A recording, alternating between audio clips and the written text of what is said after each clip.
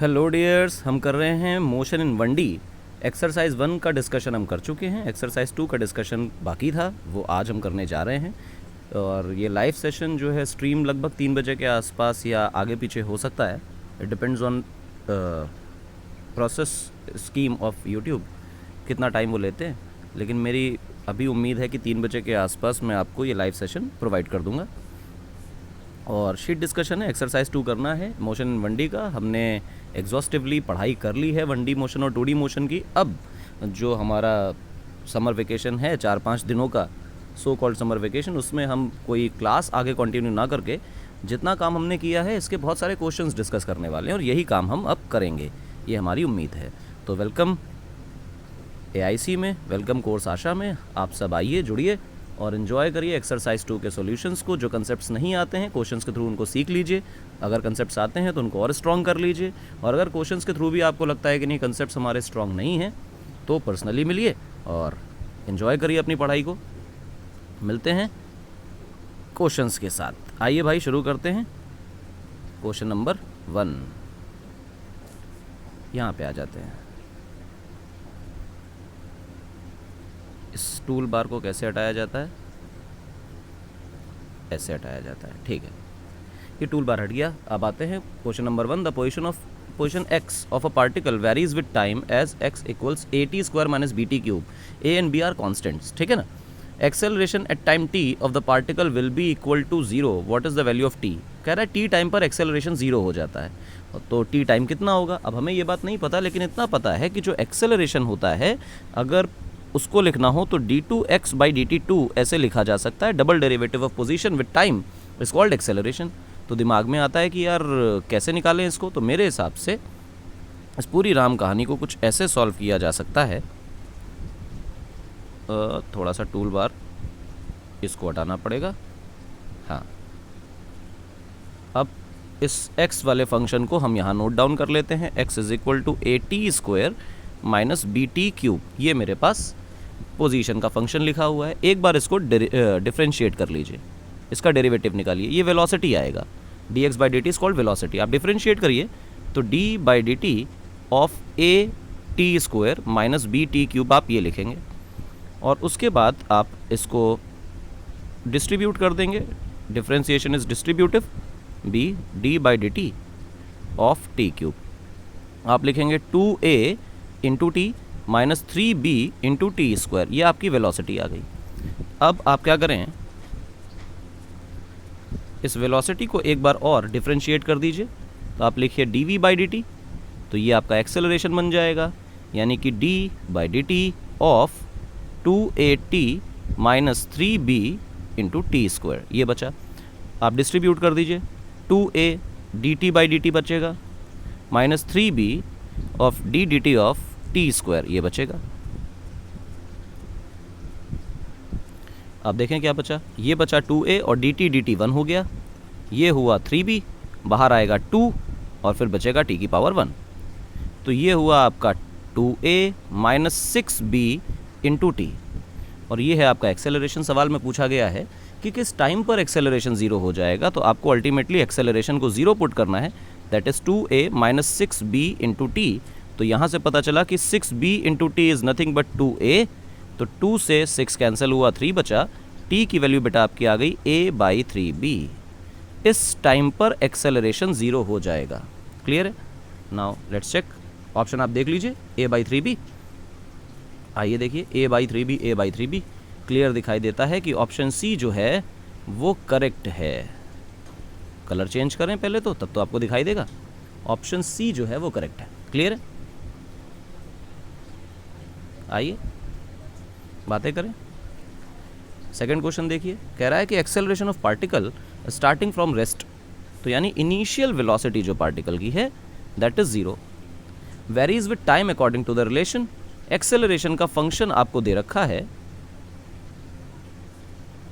मैं इसका colour change करता हूँ, थोड़ा सा लाइट कर लेता हूँ, ज़्यादा अच्छा दिखाई देगा।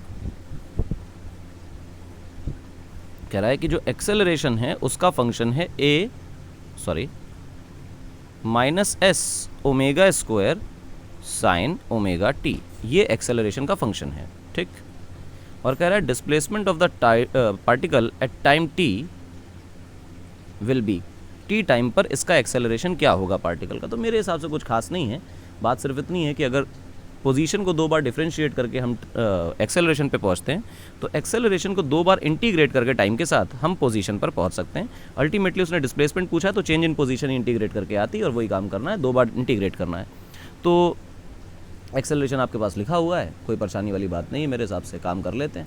आइए देखिए, ठीक, देखो क्या करेंगे कि एक्सेलरेशन को लिखेंगे dv/dt, ठीक, एक्सेलरेशन को लिखेंगे dv/dt, ये हो जाएगा s ओमेगा स्क्वायर माइनस में और साइन ओमेगा t, ठीक, dt को ऊपर भेज दीजिए, ये बचेगा dv, ये आएगा minus s omega square sine omega t, और फिर ये आया dt, और यहाँ आपको इंटीग्रेशन करना है, यहाँ भी आपको इंटीग्रेशन करना है, समय 0 से t तक, और इनिशियल वेलोसिटी 0 बोली हुई है, वहाँ से v तक, कोई दिक्कत नहीं। ये बचा आपका v minus S omega square, ये कॉन्स्टेंट वैल्यूज़ है, बाहर आ गई। Sine omega T D T आप देखेंगे तो ये बचेगा आपके पास कॉस ओमेगा टी, क्योंकि ये माइनस है, साइन ओमेगा टी का या साइन थीटा का basically, sine omega T D T का जो इंटीग्रेशन है वो 1/ओमेगा आएगा, और कॉस ओमेगा टी बचेगा, और माइनस साइन यहाँ लग जाएगा, ठीक, ये होगा। तो मैं इसको हटा देता हूँ, आप देखें तो ये जो माइनस है, ये माइनस तो ख़त्म हो जाएगा मेरे हिसाब से, ये माइनस ख़त्म हो गया इंटीग्रेशन के टाइम पे, साइन ओमेगा टी, अब एक ओमेगा जो है वो बाहर आ जाएगा यहाँ पर, ठीक, ये चीज़ बची, इससे इसको आप उड़ा दीजिए, तो आपके पास जो फंक्शन बचेगा वो बचेगा एस ओमेगा, और फिर ये बचेगा कॉस ओमेगा टी।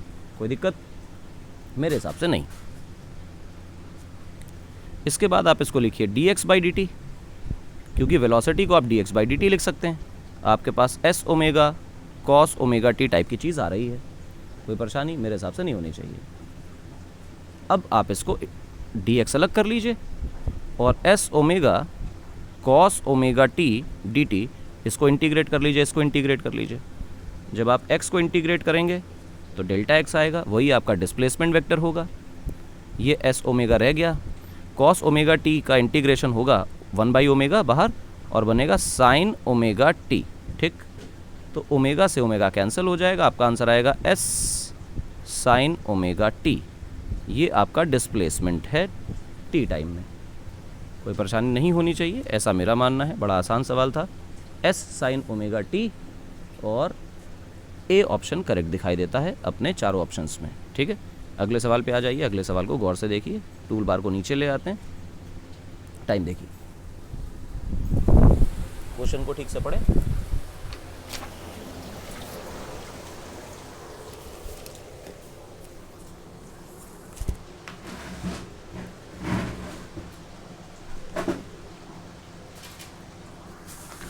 क्वेश्चन को ठीक से पढ़ लीजिए, समझ लीजिए क्या है, उसके बाद सवाल लगाते हैं।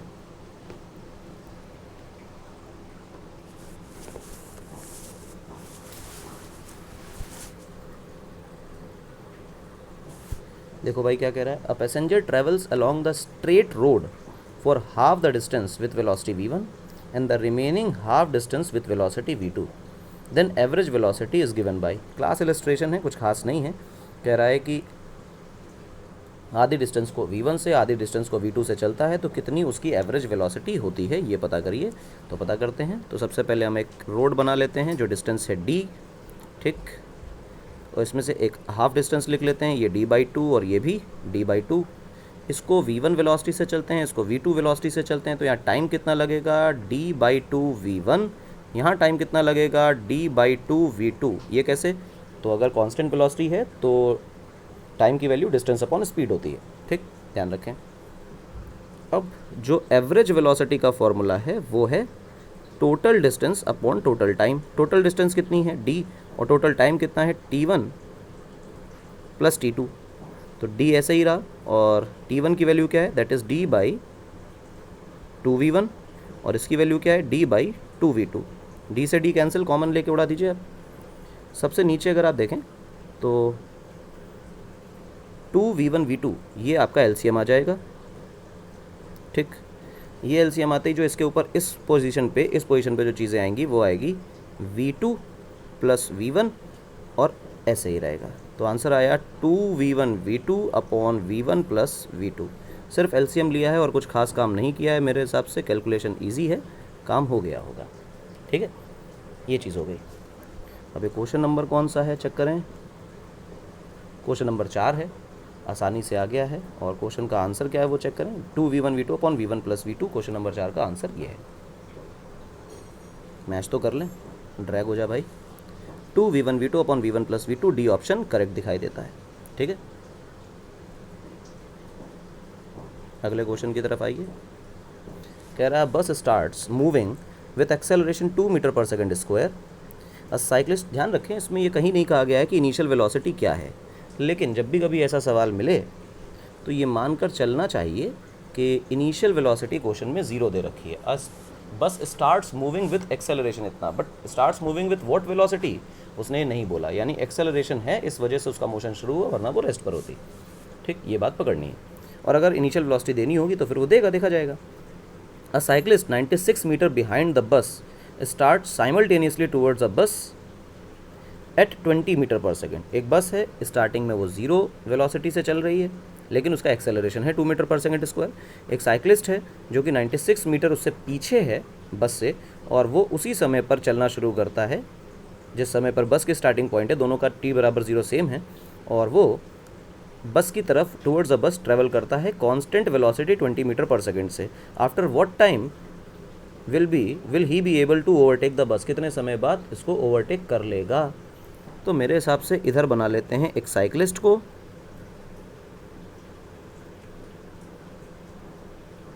और यहाँ बना लेते हैं एक बढ़िया सी बस को।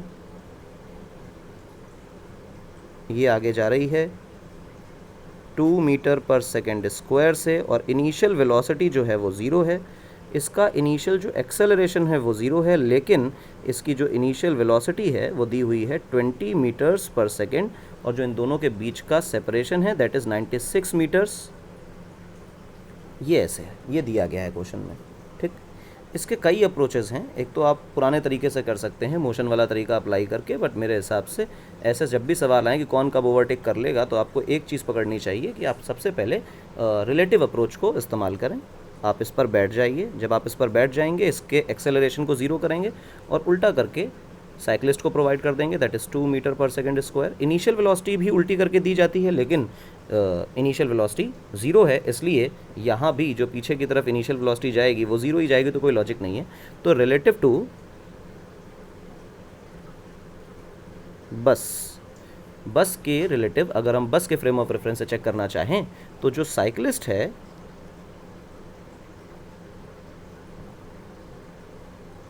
उसकी आगे की तरफ जो वेलोसिटी है वो 20 मीटर पर सेकेंड है, और पीछे की तरफ जो एक्सेलरेशन है वो 2 मीटर पर सेकेंड स्क्वायर है। और इस साइक्लिस्ट को, इस बस को कैच करने में, ओवरटेक करने में जो डिस्टेंस ट्रेवल करनी है वो 96 मीटर्स की करनी है रिलेटिव टू बस। अगर ग्राउंड फ्रेम से देखें तो बस भी आगे जा रही है और साइक्लिस्ट को 96 मीटर से ज़्यादा चलना पड़ेगा, पर बस पे बैठ के देखें तो जितना सेपरेशन बस और साइक्लिस्ट के बीच में, अगर उतना साइक्लिस्ट पूरा ट्रैवल कर ले तो बात बन जाएगी, और वो अब दोनों एक दूसरे को कैच कर लेंगे, और बस के रिस्पेक्ट में बस रेस्ट पर ही हो जाएगी। इसीलिए ऐसे सवालों को बस के रिस्पेक्ट में करना, मतलब किसी एक फ्रेम के रिस्पेक्ट में करना ज़्यादा आसान होता है, और ग्राउंड के रिस्पेक्ट में करना फेवरेबल नहीं है। अच्छा, अब गौर से देखें, आगे की डायरेक्शन को ही आप पॉजिटिव कंसीडर कर लीजिए, पीछे की डायरेक्शन को आप नेगेटिव कंसीडर कर लीजिए। ये तरीका है साइन कन्वेंशंस का। ठीक, अब गौर से देखिए, इस पार्टिकल को आगे की दिशा में 96 मीटर्स ट्रैवल करना है, तो आप s is equal to u t plus half of a t square, ये फॉर्मूला लगाने की कोशिश करिए। डिस्प्लेसमेंट को प्लस 96 मीटर्स लिख दीजिए, क्योंकि 96 मीटर ही चलना है। इनिशियल वेलोसिटी प्लस 20 है, t minus half of acceleration 2 है, और एक्सेलरेशन -2 है बेसिकली, क्योंकि नेगेटिव डायरेक्शन में एक्सेलरेशन है, इंटू टी स्क्वायर, ऐसा आपने लिख लिया। ठीक, ये इक्वेशन बन गई आपकी। अब क्या करें, 2 से 2 कैंसिल हो गया, ये बचा 96, that is 20t minus t square. अब सबको उधर ले जाओ, t square minus 20t plus 96, that is equal to 0। ये बन गई आपकी क्वाड्रेटिक। अब यहाँ से टाइम की 2 वैल्यूज़ आने वाली। ठीक, कौन सी 2 वैल्यूज़ आएंगी, यहाँ से टाइम की दो वैल्यूज़ आएंगी, अगर दोनों पॉजिटिव आते हैं तो 2 बार कैच करेगा, मतलब एक बार जाते वक्त एक बार आते वक्त, हम लोग कई बार ये काम कर चुके हैं। एक पॉजिटिव एक नेगेटिव आती है तो सिर्फ एक बार ही कट करेगा, दोबारा कभी वापस नहीं आएगा, और अगर दोनों नेगेटिव आती हैं इसका मतलब कभी भी कैच नहीं कर पाएगा। तो यहाँ से ए की वैल्यू लिख लें 1 आ रही है, बी की वैल्यू लिख लें क्वाड्रेटिक में तो -20 आ रही है, और सी की वैल्यू लिखें तो +96 आ रही है। तो जो टाइम की वैल्यू निकल के आएगी वो -b ± square root over b square -4ac upon 2a, ये आ रही है। सॉल्व करना शुरू करें। ये 20 प्लस माइनस पूरे के नीचे तो 2 ही लिखा हुआ है, यहाँ लिखा हुआ है 400 माइनस, और 96 का 4 टाइम्स कर देंगे तो कितना बनने वाला है, सोचिए कितना बनेगा। 96 इंटू 4 क्या बनेगा बताइए।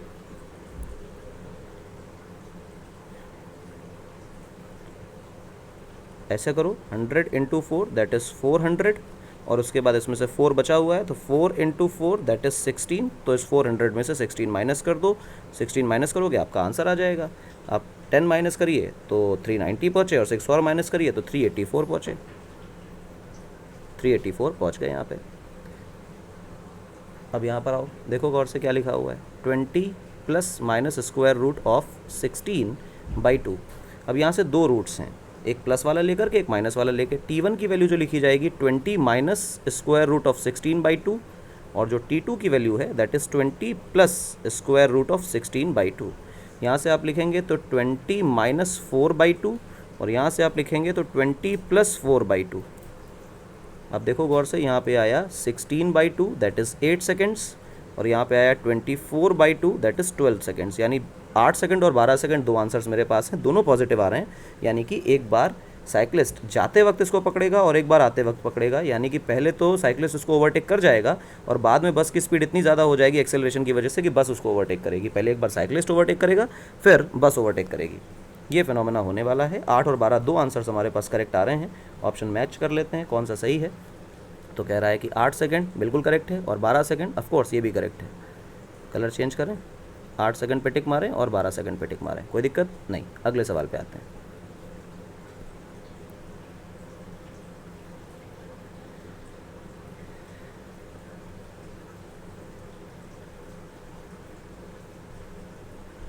रुक जा बेटा कोने में।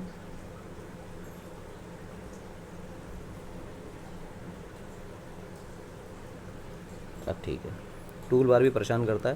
When the speed of car is v, the minimum distance over which it can be stopped is s। ठीक, if the speed becomes n times v, what will be the minimum distance over which it can be stopped during the same retardation। मतलब जो acceleration particle का है velocity से opposite direction में, that is same दोनों cases में, तो कितने टाइम में रोका जा सकता है। तो आप देखें, स्पीड की कार की इनिशियल वेलोसिटी v दे रखी है, और जो फाइनल वेलोसिटी क्योंकि वो रुक जाता है तो 0 हो जाती है। कितनी डिस्टेंस पर रुक जाता है, s डिस्टेंस पर रुक जाता है, और एक्सेलरेशन को a मान लेते हैं। तो फाइनल थर्ड इक्वेशन जो होती है वो लगाने की कोशिश करते हैं फर्स्ट केस के लिए, है ना, केस 1। तो इनिशियल वेलोसिटी कुछ है, फाइनल वेलोसिटी 0 है। इनिशियल वेलोसिटी को v स्क्वायर लिख लेते हैं, दैट इज़ 2as। a की वैल्यू आई बेटा minus times v square by 2s। Minus सिर्फ ये बता रहा है कि कौन सी डायरेक्शन है, कि वेलोसिटी से ऑपोजिट डायरेक्शन है, लेकिन जो मैग्नीट्यूड है that is v square by 2s। ठीक, कह रहा है कि अगर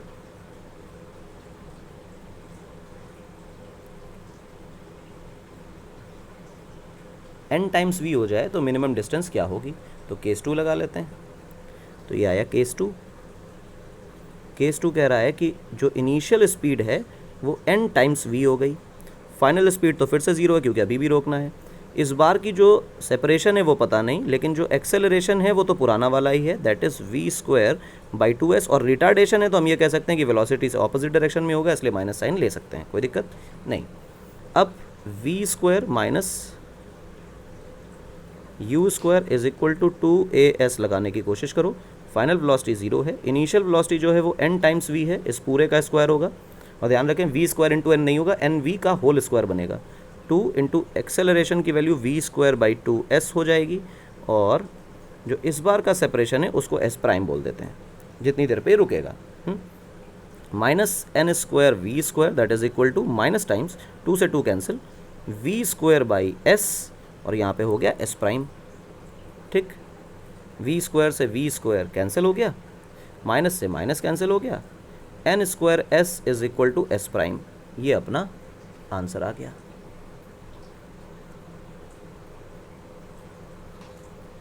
डी ऑप्शन करेक्ट दिखाई देता है, एन स्क्वायर एस। ठीक है, अगले सवाल पे आ जाइए।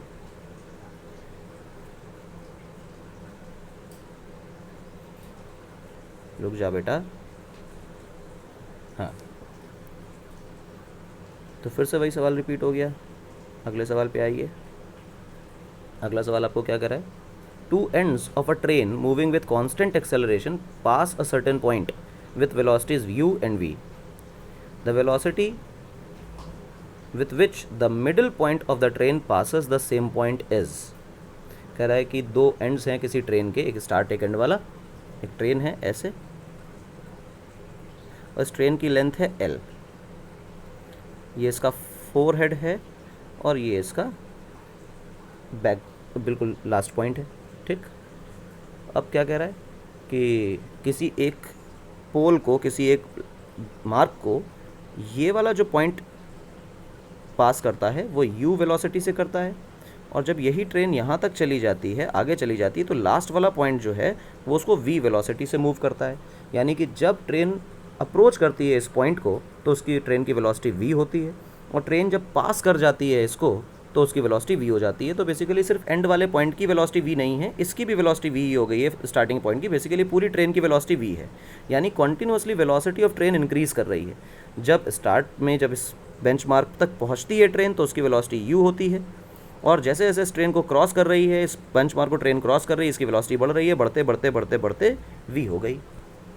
और ये v हुई कब? जब ट्रेन ने l डिस्टेंस ट्रैवल कर ली, क्योंकि जब स्टार्ट में इसको टच कर रही थी तो ट्रेन का पहला हिस्सा फर्स्ट पार्ट ही टच किया और वेलोसिटी v थी, u थी। और जब ट्रेन क्रॉस कर गई, क्रॉस करने का मतलब पूरी ट्रेन ने अपनी लेंथ के बराबर डिस्टेंस ट्रैवल कर ली, क्योंकि जो बेंचमार्क है वो तो रेस्ट पे ही है। तो l डिस्टेंस ट्रैवल करने के बाद उसकी वेलोसिटी v हो गई। ठीक, तो बीच वाले पॉइंट ने कितनी वेलोसिटी से इसको क्रॉस किया होगा? तो बेसिकली बीच वाले पॉइंट का मतलब इसी को देख लें, बीच वाले पॉइंट का मतलब इसी बेंचमार्क पर जब मेरी ट्रेन रही होगी कुछ ऐसे, ऐसे का मतलब ये हिस्सा l/2 और ये भी l/2, यहाँ से यहाँ तक l/2, यहाँ से यहाँ तक l/2। इस वक्त ट्रेन की क्या वेलोसिटी रही होगी ये अपने को पता करना है, v प्राइम, ये जानकारी निकालनी है। तो मैं इस और इस गिवन केस के हिसाब से एक्सेलरेशन निकालूँ और बात करूँ। तो गौर से देखो, ट्रेन ने चली है, सब ट्रेन की फाइनल वेलोसिटी v है, इनिशियल वेलोसिटी u है, 2 ये है, एक्सेलरेशन के बारे में जानकारी नहीं है, और डिस्टेंस जो चली है वो l है। ये गिवन कंडीशंस के हिसाब से बात हो रही है। ठीक, ऐसा समझे। यहाँ से एक्सेलरेशन निकालें, that is nothing but v square minus u square by 2l। ठीक, ये हो गया आपका एक्सेलरेशन। अब इस थर्ड केस में देखो, कह रहा है कि मिड पॉइंट ने कितनी वेलोसिटी से क्रॉस किया, यानी कि जब मिड पॉइंट इस बेंचमार्क को क्रॉस कर रहा था उस वक्त ट्रेन की वेलोसिटी क्या थी। तो बेसिकली जब ये पॉइंट बेंचमार्क को क्रॉस कर रहा था वेलोसिटी u थी, और l/2 सेपरेशन ट्रैवल करने के बाद ही तो मिड पॉइंट ने क्रॉस किया। तो हम क्या करें कि l/2 सेपरेशन चलने के बाद ट्रेन की वेलोसिटी क्या हो गई ये निकाल लें। तो v prime square is equal to u square plus 2 times acceleration times l/2 that is separation. तो v प्राइम की जो वैल्यू है वो ये निकल कर आ रही है, that is u square plus 2 times acceleration that is v square minus u square by 2। ठीक, और यहाँ लिखा गया है l/2। ठीक, 2 से 2 कैंसिल, जो v प्राइम की वैल्यू है that becomes v square minus u square. ठीक,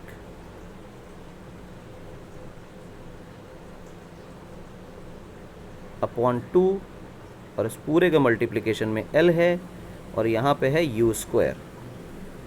ठीक, ये लिखा है आपने, ये हो गई आपकी वेलोसिटी। किसी को कोई परेशानी नहीं होनी चाहिए। ठीक, ये है बात, एकदम इजी, सरल, आसान। एक्सेलरेशन दोनों बार सेम था। तो ये आपका आंसर है। अगर आपको कुछ और आसान तरीके से करना है, इसमें एक्सेलरेशन की वैल्यूज़ नहीं पुट करनी है, तो दूसरा तरीका भी है इसको करने का। दूसरा तरीका बता देते हैं कि v square minus u square is equal to 2 times a into l. ये लिख सकते हो। ये कब लिखोगे? तब लिखोगे जब तुम ये कहने वाले हो कि हाँ फर्स्ट पार्ट और लास्ट पार्ट क्रॉस कर गया, यानी टोटल एल लेंथ क्रॉस करी गई, चली गई ट्रेन के द्वारा।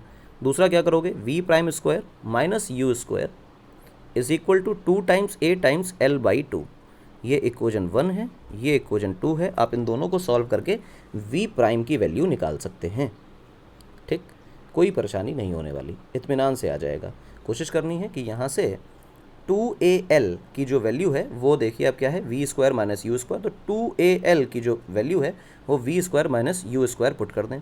तो v square minus u square divided by 2 बचा हुआ है, यहाँ पे है v prime square minus u square. और उसके बाद क्या करें? V prime square is equal to u square minus, sorry ये इक्वल का साइन है तो यहाँ लिखेंगे plus we square by 2 minus u square by 2। तो यू स्क्वायर और यू स्क्वायर बाई 2 हटाओगे तो बचेगा v square plus u square by 2। तो जब आप इसका स्क्वायर रूट ले लेंगे तो वी प्राइम की जो वैल्यू आएगी वो आएगी under root over v square plus u square by 2। ठीक, दो इक्वेशन को सॉल्व करेंगे, आसानी से आंसर आएगा। आप चाहो तो जैसे चाहो वैसे कर सकते हो, दोनों ही आसान तरीके हैं मेरे हिसाब से। Under root v square plus u square by 2। तो सी ऑप्शन करेक्ट दिखाई देता है। इसमें थोड़ा सा प्रिंटिंग एरर है तो परेशान नहीं होना है इसमें।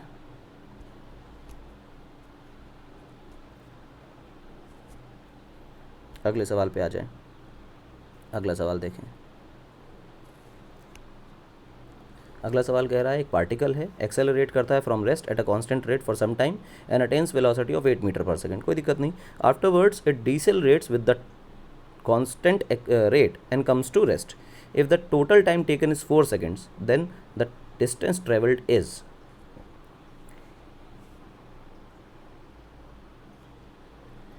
आइए भाई सवाल लगाते हैं।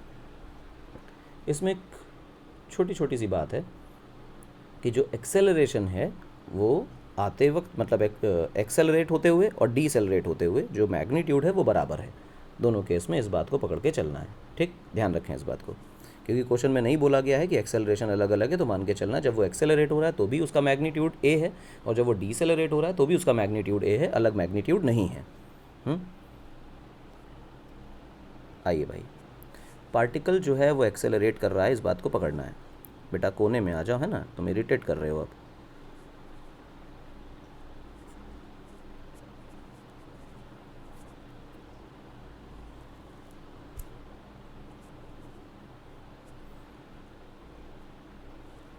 ये है। अब देखो क्या है कि पार्टिकल रेस्ट से शुरू करता है, इनिशियल वेलोसिटी 0 है। तो हम कहें कि उसने एक्सेलरेट होते हुए s1 डिस्टेंस चली थी। तो s1 is equal to 0 into t plus half of a into t square. ठीक, कुछ सेकंड बाद इसकी कितनी वेलोसिटी हो जाती है ये पता है हमें, टाइम नहीं पता इस इक्वेशन में। टाइम पता हो जाए तो s1 डिस्टेंस पता चल जाए। ये जो s1 डिस्टेंस है कैसे पता चलेगी? ऐसे पता चलेगी, v is equal to u plus a t. Clear है? कह रहा है कि कुछ सेकंड बाद उसकी वेलोसिटी 8 हो जाती है, इनिशियल वेलोसिटी 0 थी, एक्सेलरेशन के बारे में पता नहीं और समय यहाँ से नहीं जानकारी है। कोई दिक्कत मेरे हिसाब से नहीं है, प्लेन कोई दिक्कत नहीं। a इंटू टी की जो वैल्यू है वो तो 8 निकल आई फर्स्ट इक्वेशन से, ये तो हमें पता चल गया। अब जब इसकी वेलोसिटी 8 हो गई, इसके बाद ये सेम रेट से डीसेलरेट होने लगा अचानक, तो इसकी फाइनल वेलोसिटी क्या हो जाएगी? वो तो 0 हो जाएगी।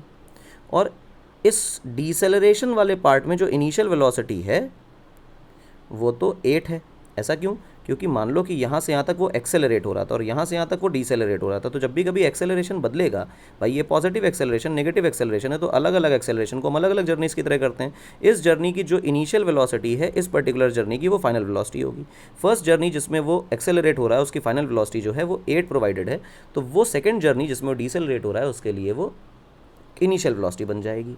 तो v is equal to u plus a t वाला फॉर्मेट अप्लाई करिए तो फाइनल वेलोसिटी 0 हो जाएगी, इनिशियल वेलोसिटी 8 है, एक्सेलरेशन की वैल्यू तो a ही है, लेकिन जो टाइम बचा है दैट इज़ 4 माइनस टी। ऐसा क्यों? हम कह रहे हैं कि जो t समय है वो एक्सेलरेशन के टाइम पर गया, तो टोटल टाइम लगा जर्नी में 4, तो जो डिसेलरेट होने में लगा है समय वो 4 माइनस टी है, टोटल जर्नी का समय 4 सेकेंड्स है, और जो एक्सेलरेट होते हुए समय लगा है वो टी समय है। तो डिसेलरेशन का टाइम कितना है, that is 4 minus T. Quite easy, कोई परेशानी नहीं है इसमें मेरे हिसाब से, है ना। अगर कोई परेशानी नहीं है तो एक काम करिए, कुछ ना कुछ सॉल्व करने की कोशिश करिए, देखो क्या आएगा। और एक चीज़ और कि ये जो मैंने प्लस लिखा है इस पर्टिकुलर के केस में ये प्लस नहीं होगा, माइनस होगा, इसलिए क्योंकि ये डीसेलरेट हो रहा है। तो जिस डायरेक्शन में वेलोसिटी है उसको अगर हम पॉजिटिव कंसीडर करके चल रहे हैं तो एक्सेलरेशन को नेगेटिव ही मानना पड़ेगा, यानी a into 4 minus t is equal to 8। तो यहाँ से 4a minus a t is equal to 8, ऐसा होगा। क्लियर है ये यहाँ से आ जाएगा। अब यहाँ से गौर से देखो, t की वैल्यू आएगी बेटा 8/a, ठीक। t की वैल्यू अगर 8/a आई है तो यहाँ डाल दीजिए, that is 4a minus a into 8/a is equal to 8। अब देखो यहाँ पे 8/a आई है, ठीक। a से a कैंसिल, ये बचा 8। 4a is equal to 8 plus 8, इस वाले 8 को आप उठा के इधर ले जाइए, माइनस है तो प्लस हो जाएगा, दैट इज़ इक्वल टू 16। तो आप कहेंगे 4a इज इक्वल टू 16, तो a की वैल्यू आ गई 4। आपने एक्सेलरेशन निकाल लिया। अगर आपको एक्सेलरेशन पता चल गया तो बात बन गई। एक्सेलरेशन पता चलता है तो आपके लिए जो t की वैल्यू थी वो 8/a थी, तो 8/4 यानी कि 2 सेकेंड्स। 2 सेकेंड तक ये एक्सेलरेट होगा और 2 ही सेकेंड तक ये डीसेलरेट होगा, क्योंकि जो टी टाइम हमने माना था वो एक्सेलरेशन की जर्नी थी, और जो टोटल जर्नी है वो 4 सेकेंड्स की, जो बचा हुआ टाइम है वो 2 सेकेंड है, यानी 2 सेकेंड तक एक्सेलरेट होगा, 2 सेकेंड तक ही डीसेलरेट होगा, और यही काम अपने को करना था। तो अब यहाँ से वो जर्नी निकालते हैं जिसमें ये एक्सेलरेट हुआ S1। इनिशियल वेलोसिटी 0 थी, टाइम के बारे में क्या करना, एक्सेलरेट हो रहा है तो ये पॉजिटिव है, एक्सेलरेशन की वैल्यू 4 है और 2 सेकेंड तक एक्सेलरेट होता है। तो ये हो गया बेटा आपका, यहाँ से इसको काट दीजिए तो आंसर आया 8 मीटर्स। तो ये S1 एक्सेलरेट होते होते तो ये 8 मीटर्स चला था। अब डीसेलरेटेड वाली बात कर लेते हैं। तो इनिशियल वेलोसिटी डीसेलरेशन में 8 थी, क्योंकि जब वो एक्सेलरेट होते होते अपने मैक्सिमम पर पहुंचा तो उस वक्त उसकी वेलोसिटी 8 हो गई, देन वो डीसेलरेट होना शुरू हुआ। तो फर्स्ट जर्नी की फाइनल वेलोसिटी सेकंड जर्नी की इनिशियल वेलोसिटी के बराबर होती है, वही काम यहाँ पे लगा रहे हैं। और 2 सेकंड तक एक्सेलरेट होना है, और क्योंकि अभी एक्सेलरेशन ना डीसेलरेशन है इसलिए पॉजिटिव नहीं नेगेटिव एक्सेलरेशन रख दिया, दैट इज़ 4। और बचा हुआ टाइम फिर से 2 ही है, कुछ और चमत्कार नहीं है। 4 सेकंड की जर्नी थी, 2 सेकंड एक्सेलरेशन, 2 सेकंड डीसेलरेशन, ये कट गया। ये आया 16 minus 8, that is again 8 metres. 8 metre acceleration के टाइम चला, 8 मीटर डीसेलरेशन के टाइम चला, तो टोटल डिस्प्लेसमेंट क्या हो गई, 16 मीटर्स। मेरे हिसाब से आसान सवाल है। समय निकालना है, एक्सेलरेशन निकालना है, 2 कंडीशन है, 2 वेरिएबल हैं, आंसर। तो जस्ट कैलकुलेशन का पार्ट बचता है, इसमें कुछ चमत्कार नहीं है। तो 16 मीटर आप देखें, ऑप्शन बी ऑप्शन करेक्ट दिखाई देता है। खुल जा भाई, क्या हुआ ये। अगले सवाल को देख लें। अगला सवाल आपसे क्या कह रहा है, गौर से देखो।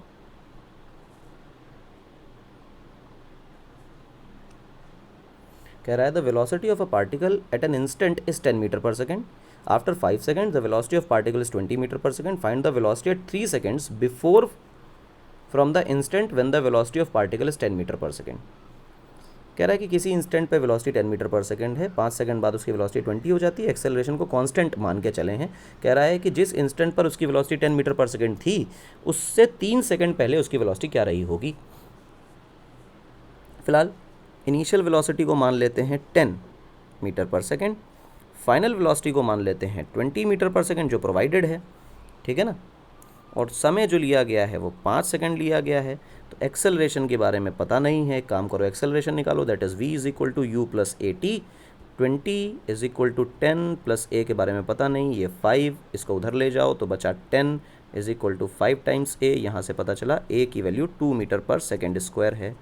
कह रहा है कि उस इंस्टेंट की वेलोसिटी बताओ जो कि 10 मीटर पर सेकेंड वेलोसिटी वाले इंस्टेंट से 3 सेकंड पहले था। तो कोई बात नहीं, तो वो जो वेलोसिटी है उसको हम v प्राइम मान लेते हैं, और फाइनल वेलोसिटी मेरी 10 मीटर पर सेकंड है, क्योंकि इससे 3 सेकंड पहले की बात करनी है।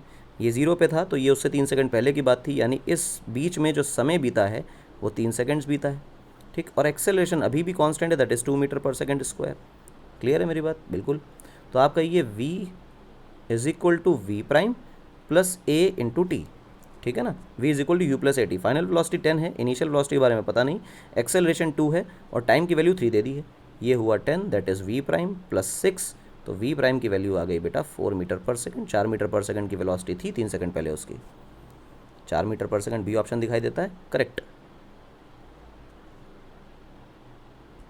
अगले सवाल पे आइए।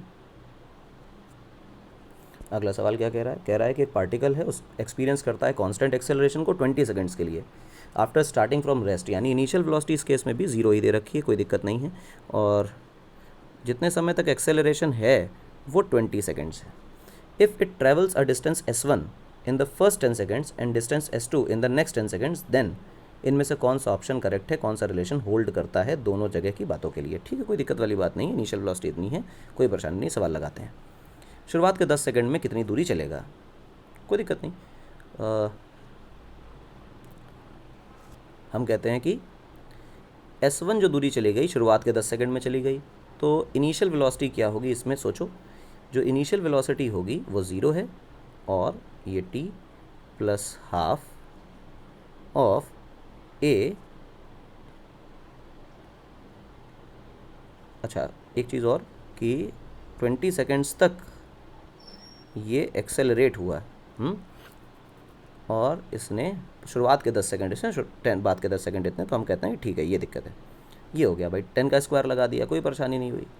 तो s1 की जो वैल्यू आई वो आई, ये 100 हो जाएगा और 2 से डिवाइड करोगे तो आपके पास बचेगा 50 टाइम्स a। अगर एक्सेलरेशन a है और उसको कांस्टेंट कंसीडर करके चल रहे हैं, ये आपका s1 सेपरेशन है। s2 आप क्या करोगे? s2 निकालने के लिए आपको ut plus half of at square लगाना है। इसके दो तरीके हैं कि जो सेकेंड हाफ है जर्नी का, बाद के 10 सेकंड हैं, उसमें फर्स्ट हाफ की फाइनल वेलोसिटी सेकंड हाफ की इनिशियल वेलोसिटी बन जाएगी। ऐसा मान लो कि ये चल रहे थे, ये फर्स्ट हाफ है, सेकंड हाफ है, इस जगह पे फर्स्ट हाफ के हिसाब से जो फाइनल वेलोसिटी होगी इस सेकंड हाफ के लिए वो इनिशियल वेलोसिटी बन जाएगी। या तो आप इनिशियल वेलोसिटी निकाल के काम करें, दूसरा ये कर सकते हैं कि टोटल 20 सेकंड्स में कितनी डिस्टेंस चली गई, वो टोटल 20 सेकंड्स की डिस्टेंस निकाल लीजिए और फिर उस 20 सेकंड की डिस्टेंस में से इस s1 को माइनस कर दीजिए, तभी तो s2 आएगा। इसका मतलब ये है कि टोटल सेपरेशन में से, टोटल डिस्टेंस ट्रेवल्ड में से अगर फर्स्ट 10 सेकंड्स की डिस्टेंस को माइनस कर देंगे तो बाद के 10 सेकंड्स की डिस्टेंस आ जाएगी। ये दो तरीकों में से कुछ भी आप लगा लें, या तो वेलोसिटी निकाल के काम कर लें या तो इस तरह से कर लें। तो मैं इसी तरह करता हूँ, तो s की वैल्यू लिख देता हूँ, initial velocity 0, half of a into 20 का स्क्वायर, ये बन जाएगा बेटा half of a into 400, that is equal to 200 times a। कोई दिक्कत वाली बात नहीं। ये टोटल ऐसे है, ये सेकंड जर्नी का नहीं है, ये लेटर 10 सेकंड्स का नहीं है, ये टोटल 0 से लेकर 20 तक का डिस्प्लेसमेंट है। तो जो s2 है वो कुछ और नहीं है, वो है टोटल डिस्प्लेसमेंट, बुरा लिख देता हूँ, वो है टोटल डिस्प्लेसमेंट माइनस 10 सेकंड्स का डिस्प्लेसमेंट। टोटल डिस्प्लेसमेंट जो है वो 200 a है और 10 सेकंड्स का डिस्प्लेसमेंट जो है वो 50 a है, यानी कि आंसर आया 150 a। ये आपका डिस्प्लेसमेंट है। और आपसे पूछ क्या रहा है इस पर्टिकुलर क्वेश्चन में? कह रहा है कि क्या बराबर है, तो चलो कर लेते हैं, देखते हैं। इनका रेशियो लिख लेते हैं क्योंकि रेशियो में ही वो आंसर चेक करने की कोशिश कर रहा है। तो s1 जो है वो 50a है और s2 जो है वो 150a है। तो आप जब s1 अपॉन s2 लिखेंगे तो आपको पता चलेगा कि ये 1/3 आ रहा है। तो जो s2 की वैल्यू है वो 3 टाइम्स s1 के बराबर है। चेक करते हैं, s2 is 3 times s1, C option correct दिखाई देता है। अगला सवाल देखें। एक ट्रेन है, 150 मीटर लंबी है, is going towards north direction at a speed of 10 meter per second. A parrot flies at a speed of 5 meter per second towards south direction parallel to railway track. The time taken by the parrot to cross the train is equal to. मेरे हिसाब से इसमें कोई चमत्कार नहीं है, ऐसे सवालों को हमेशा हमेशा रिलेटिव अप्रोच से करना चाहिए। आपके पास ट्रेन है जिसकी लेंथ 150 मीटर्स है और ये नॉर्थ डायरेक्शन में 10 मीटर पर सेकेंड से ट्रैवल कर रही है। उसके बाद एक पैरट है जो कि ऑपोजिट डायरेक्शन में, साउथ डायरेक्शन में 5 मीटर पर सेकेंड से ट्रैवल कर रहा है। बताओ कितनी देर में इसको क्रॉस कर जाएगा। तो ऐसे सवालों के लिए आप चुपचाप से यहाँ बैठ जाइए। जब ट्रेन पर आप बैठ जाएंगे तो इसको रेस्ट पे मान लेंगे और इसकी वेलोसिटी को उल्टा करके सारी दुनिया को दे देंगे, यानी पैरट को दे देंगे। चर्चा पैरेट की है तो हम पैरेट को ही प्रोवाइड करेंगे। तो total velocity with respect to train जो पैरेट की हो जाएगी वो 15 हो जाएगी। तो हम कहेंगे with respect to parrot, with respect to parrot नहीं, विथ रिस्पेक्ट टू ट्रेन, क्योंकि हम ट्रेन पे बैठे हैं। With respect to train velocity of parrot जो हो जाएगी वो हो जाएगी 150 मीटर्स पर second. 15 sorry, only 15 metre per second, 100 देख लिया मैंने उसको गलती से। अब देखो ये रेस्ट पर है with respect to train, train के रिस्पेक्ट में ट्रेन रेस्ट पे ही रहेगी। तोता उड़ के आ रहा है, इसको कितना डिस्टेंस ट्रैवल करनी है ट्रेन को क्रॉस करने के लिए विथ रिस्पेक्ट टू ट्रेन? तो भैया 150 ही ट्रैवल करनी है, ट्रेन तो रेस्ट पे खड़ी है। विथ रिस्पेक्ट टू ट्रेन तो ट्रेन रेस्ट पे ही है, तो 150 मीटर ट्रैवल करना है 150, और स्पीड कितनी है ट्रेन के रिस्पेक्ट में 15। तो हम कहेंगे time is nothing but distance upon speed that is equal to 10 seconds. Parrot को कितना समय लगा? 10 सेकेंड। डी ऑप्शन करेक्ट है। तो डी ऑप्शन पे आप टिक मार दीजिए, काम खत्म हो जाएगा। ठीक, तो ये हो गए अपने शीट 2 के एक्सरसाइज 2 के 12 सवाल। अब ये 12 क्वेश्चंस के बाद जो अगले 12-15 क्वेश्चंस हैं वो हम कोशिश करेंगे कि रात के सेशन में कंप्लीट करें। ठीक है, तो एक रात में सेशन होगा लगभग 8-9 बजे के आसपास का टाइम मान लो। तो रात के टाइम पर एक ऐसा ही सेशन हम करने वाले हैं जिसमें हम क्वेश्चंस करेंगे, लगभग कोशिश रहेगी 20-25 क्वेश्चन रात के टाइम पे हम कंप्लीट कर लें। ठीक है, तो मिलेंगे रात में, तब तक इस सेशन को ठीक से देख लो, अच्छी तरह से कंप्लीट कर लो। 12 क्वेश्चंस हैं, जितने हो सकते हैं खुद से वो भी अप्लाई कर लो, लगा लो, और जितने सवाल लग जाएंगे आपके लिए बेहतर है। मिलेंगे रात में, गुड बाय।